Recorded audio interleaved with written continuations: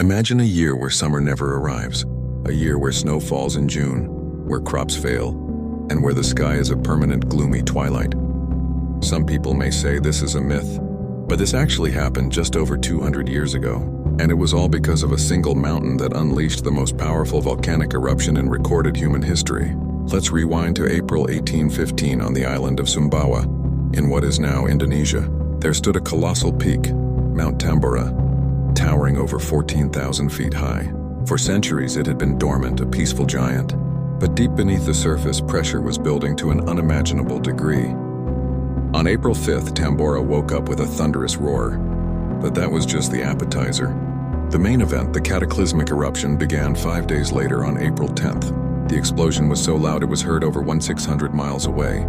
To put that in perspective, that's like an explosion in New York City being heard clearly in Dallas, Texas. Some British officers stationed hundreds of miles away thought they were hearing cannon fire and sent out troops to investigate a phantom battle. For 3 straight days, the volcano ejected a colossal pillar of fire, ash and rock nearly 30 miles into the sky, deep into the stratosphere. It spewed out so much material that it blanketed an area the size of France in a thick layer of ash. The immediate aftermath was devastating. Entire villages were wiped off the map, buried under pyroclastic flows, superheated avalanches of gas and rock. The sun was completely blocked out for days, plunging the region into total darkness.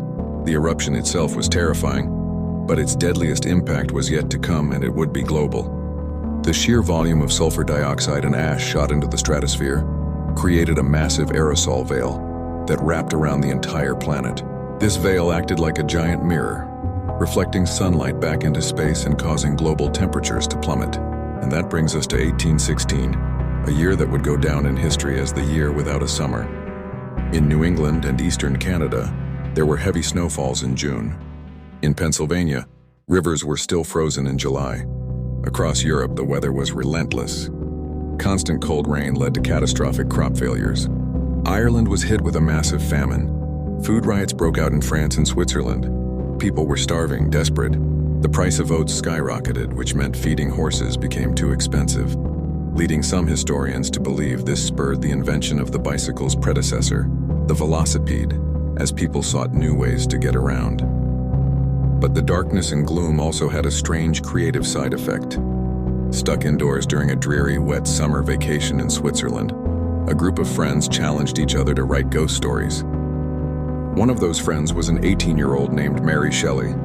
The story she came up with, Frankenstein. In that same group, Lord Byron wrote a poem called Darkness, inspired by the eerie, sunless world outside.